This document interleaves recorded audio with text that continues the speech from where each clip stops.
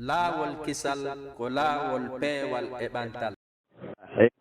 قل الأنفال لله والرسول فاتقوا الله وأصلحوا ذات بينكم وأطيعوا الله ورسوله إن كنتم مؤمنين. سورة الأنفال إن سكتاك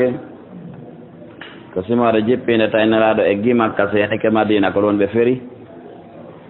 nde ɗon tawa arde jonnugol solution probléme jigo kesi si tawine laaɗo ene fuɗɗi noon ukkodirde muɗum ɗulle ko cippirgol heesera ɓen foolaɓe ndin jawdi heɓotondi ɗon ko honno de gerdete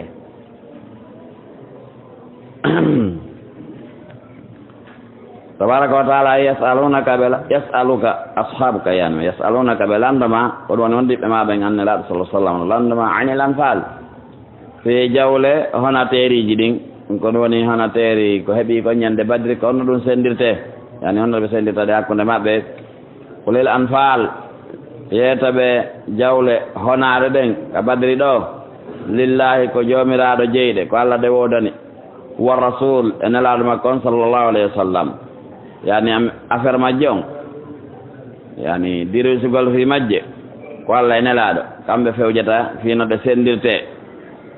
ɗum noon subhanahu wa taala e fattaqullah reene Allah yani reene wota Allah tikkan on wota gooto e mon ɓatto ko tikkinta Allah subhanahu wa taala wa aslihu moƴƴine data baynikum hakkundeji moɗon terte yeddodiral e poɗodiral saabu ɗeɗo jawle moƴƴinon alhaali on hakkunde moɗon wa atiu llaha ɓornito ɗon ɗoftagol Allah wa rasulanu laaɗo Allah on in kuntum muminin so tawi ko on gonɗinɓe sabu noon imanu ko noddata ko ɗoftagol Allah e nulaaɗo innamal muminun inna tabitima dendaningal al mumina gonɗinɓe ɓen ko ɗum woni gonɗinɓe goonga ɓen alladin ko ɓen ida dukkira allahu si Allah jantama wajjilat hulay qulubuhum ɓerɗe maɓɓe ɗen ɗen ƴoto ɓe